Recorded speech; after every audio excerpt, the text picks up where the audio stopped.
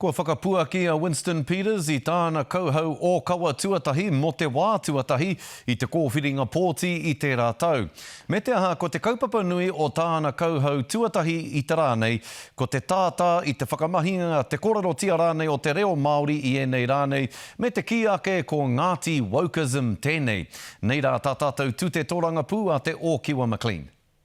Huro ana te whare I te waihapetanga mai o Winston Peters. So many critics and scribes have tried and continue to write our obituary.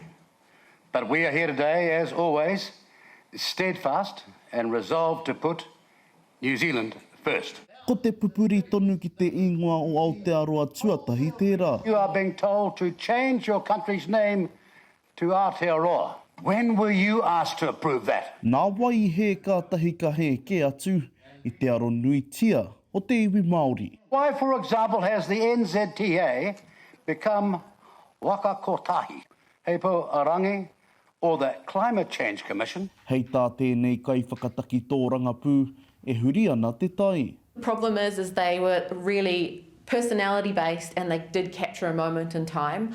I'm not sure what that populist centrist party looks like in New Zealand now, and I don't know if they can kind of pick up those voters. Heoi mō te taha ki tana tūhonotanga nō mua.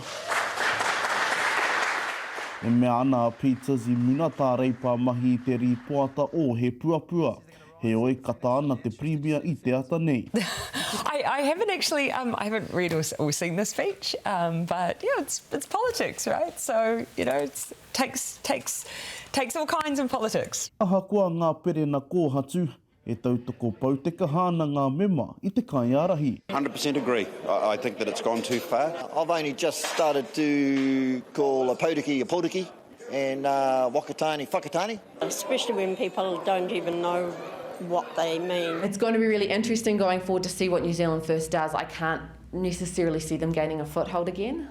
Aha kua he kauhau ka kitea karongohia whānuitia, ko te pātai nui ka hauhia rānei, ngā pōti, te Ōkiwa McLean, te kareri.